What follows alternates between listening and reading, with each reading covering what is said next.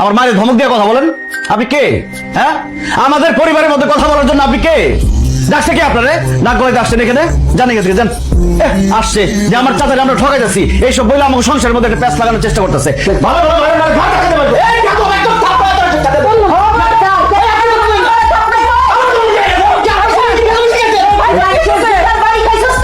সারা জীবন তোরা চাচারে ঠকাই না আইছস, আর বড় বড় কথা কর। লজ্জা করে না তোর?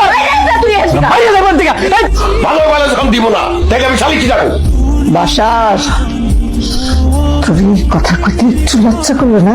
হ্যাঁ, তোর আব্বার সারা জীবন মানুষের শালির সরবরাহ করছে, তুই নিজের জন্য এই বাড়িতে শালিশ বসাতে চাস? হ্যাঁ, আমার বিয়ার পর থেকে আজ পর্যন্ত কোনোদিন এই বাড়িতে শালিশ বসে নাই, আর তুই এই কাজ করলি?